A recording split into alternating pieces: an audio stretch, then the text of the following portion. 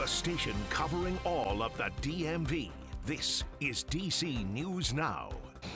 Well, good afternoon, and thank you for joining us for DC News Now at 6. I'm Mark Hall. Chris Flanagan and Susan Tran will join us later this evening. We begin in New Orleans tonight. At least 15 people are dead after a man rammed his pickup truck through Bourbon Street in the heart of the French Quarter just hours into the new year.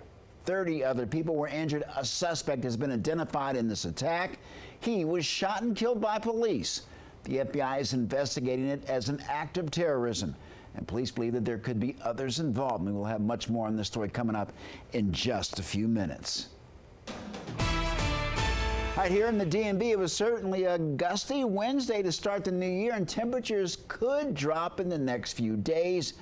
Joining us now is Chief Meteorologist Janessa Webb. And Janessa, certainly a windy day to kick off the new year. Yeah, Happy New Year, Mark. Happy New Year, everyone. Hopefully you enjoyed today. I know a little bit more cloud coverage compared to the last couple of days. And so we're not over this storm system that caused that front yesterday, severe weather. The backside is allowing winds to be very gusty. It's a lot cooler this afternoon into the start of your evening. 45, partly cloudy skies right now. But our major concern is the wind flow. Still a wind advisory in place until 8 o'clock tonight out towards Baltimore County and Arundel. Seeing wind gusts 25 to about 30 miles per hour, but our mountain peak areas, Kaiser into Cumberland, up to 45 mile per hour wind flow. And that's going to continue for the next couple of hours. It does look like they've kind of backed off this wind advisory, this fluid situation, but our mountain peak areas still going to continue to deal with that advisory still in place. Here is the latest with satellite composite radar. We're not going to see any moisture really for tonight going into your Thursday until our next Clipper system bounces off the Great Lakes. But our friends farther to the west, they are still dealing with winter storm warnings that are in place. So accumulating snow is definitely going to be in your forecast throughout tonight into tomorrow. Overnight lows, they're a lot cooler compared to the last couple of nights. By 4 a.m., we're back into the lower 30s. We do have a major storm system that's brewing. Mark, I have more on that forecast coming up. All right, Janessa, thank you. Now back to that developing story. An apparent terrorist attack occurred early New Year's Eve morning in New Orleans on Bourbon Street. At least 15 people are dead. 30 others were injured. Witnesses described the moments just before the attack. It hits the corner and comes barreling through people, throwing people like a movie scene, like real life, throwing people into the air, they falling under the car, all that. And a good friend of mine actually passed away from getting hit by it. Reporter Dawson D'Amico has the latest from the French Quarter.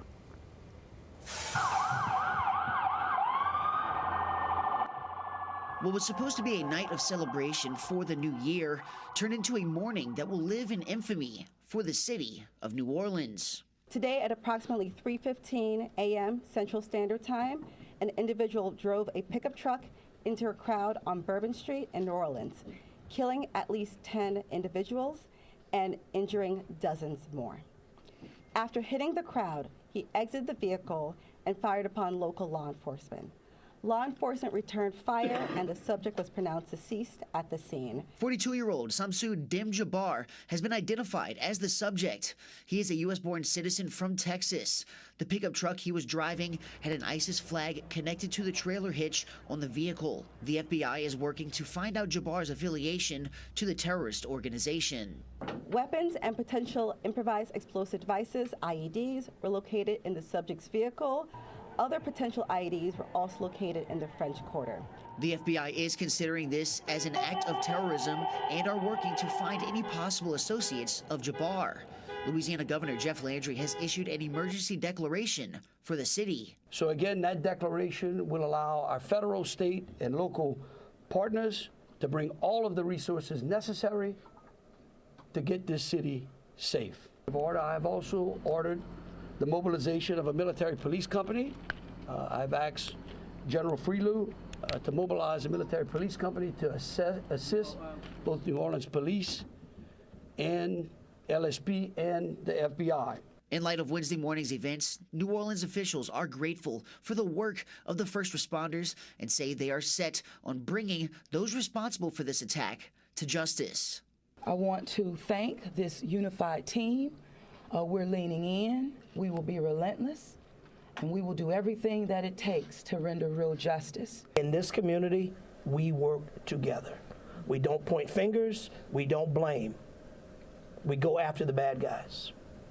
Let it be clear that the full faith and credit of the United States and every agency therein is on the ground, working. And for those who may have played a role in this horrific act of cowardice, we will find you. In New Orleans, Dawson D'Amico.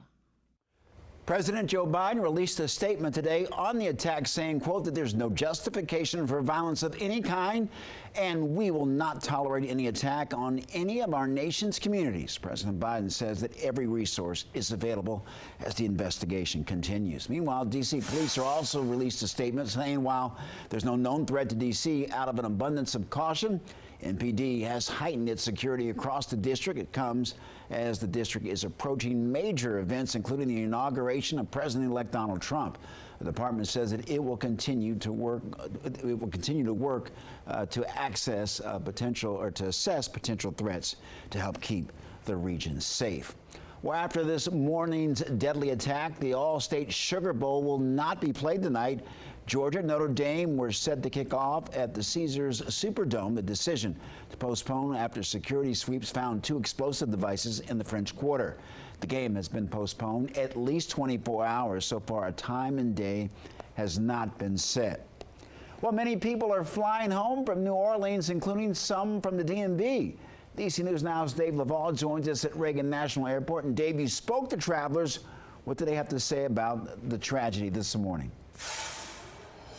Well, good evening to you, Mark. Many passengers we spoke to after they returned home this afternoon told us they first heard about the tragedy in New Orleans right after they got out of bed. I'm glad we didn't go out last night.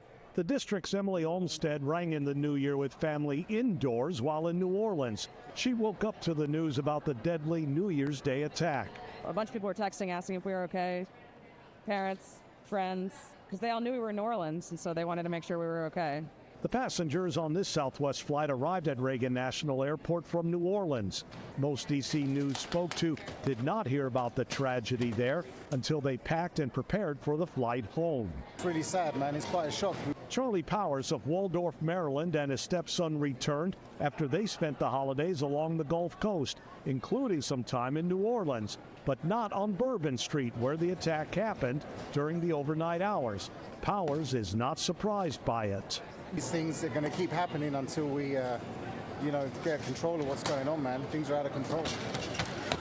The wait for bags can be a bit stressful, but passengers told us they're glad to be out of New Orleans. I'm happy to be home, excited to get back into everyday life. Most passengers we did talk to say they do look forward to going back to New Orleans to visit, but they will be a little more cautious. We're live at Reagan National Airport. Dave Laval, DC News Now.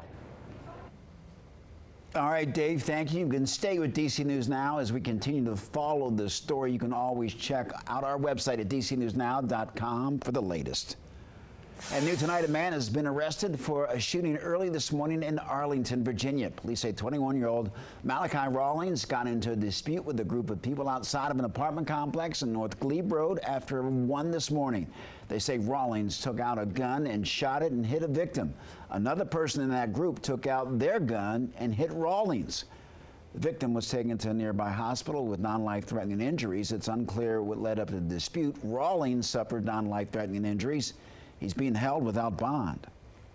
Well, the search continues tonight for the person responsible for Monday's afternoon's deadly stabbing at DuPont Circle, and D.C. police identified the victim as 36-year-old Dominique Radiff of Southeast. He died at the hospital, and investigators have not released a motive for the attack. John Dibbs knew Radiff for about a year, and they first met when he was homeless. He invited me and my son to stay in his house, man. People don't do that nowadays. So he's real good, honest, thoughtful person, man. He give you a shirt off his back. If you have any information, you're asked to call D.C. Police. You could be eligible for a reward of up to $25,000.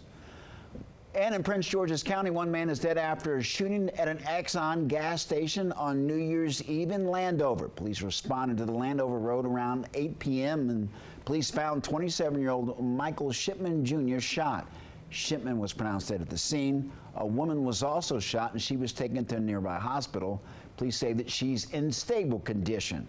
Investigators are looking for a motive behind the shooting. Anyone with information is asked to contact police. And a heads up, if you live or commute through Northwest D.C., the district will swear in city council members and other elected officials, and that means that there are going to be some traffic advisories tomorrow that could affect your commute. L Street from 7th Street to 9th Street will be closed from 6:30 a.m. until 6 p.m. And you may want to avoid going near the Walter E. Washington Convention Center.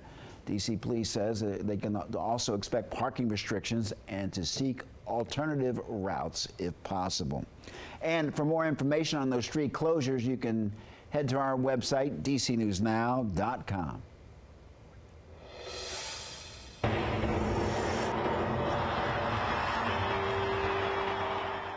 Ringing in the new year in Times Square, nothing quite like it. You can check out this huge crowd of people toughing it out in heavy rain last night to celebrate the start of 2025. Officials say that close to 1 million people packed into Times Square, and cleanup was already underway minutes after the ball dropped. All right, it's time to meet the first babies of 2025. A Maryland family welcomed their son at 12:13 this morning, weighing 8 pounds, at the Shady Grove Medical Center in Rockville. And per the family's tradition, the name of the baby boy will be shared at a later time. And also meet baby Annie. She was born at 2:35 this morning at the White Oak Medical Center in Silver Spring. Annie weighed in at 8 pounds and 7 ounces to a family from Atlanta, Maryland. We're told that both babies are happy, healthy, and congratulations to both families.